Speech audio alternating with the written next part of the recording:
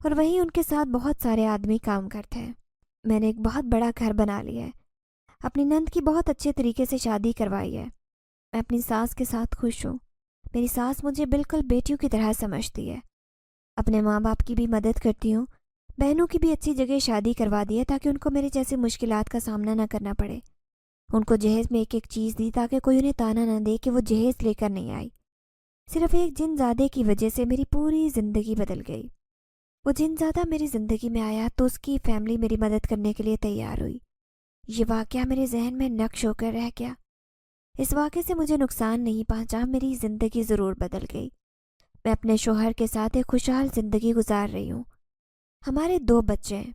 میرا شوہر اپنی پچھلی کوتاہیوں کی وجہ سے شرمندہ ہوتا ہے، لیکن میں اسے ہر دفعہ کہہ دیتی ہوں کہ شرمندہ ہونے کی ضرورت نہیں، میں نے دل سے اسے معاف کیا ہے۔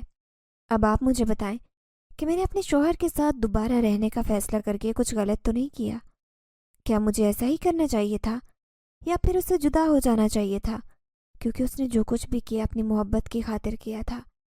وہ اپنی پہلی بیوی سے بہت محبت کرتا تھا، اسی وجہ سے وہ مجھے چھوڑ کر چلا گیا تھا، لیکن اب وہ سچے دل سے میری زندگی میں شامل ہوا ہے اور مجھ سے بے انتہا محبت کرتا ہے۔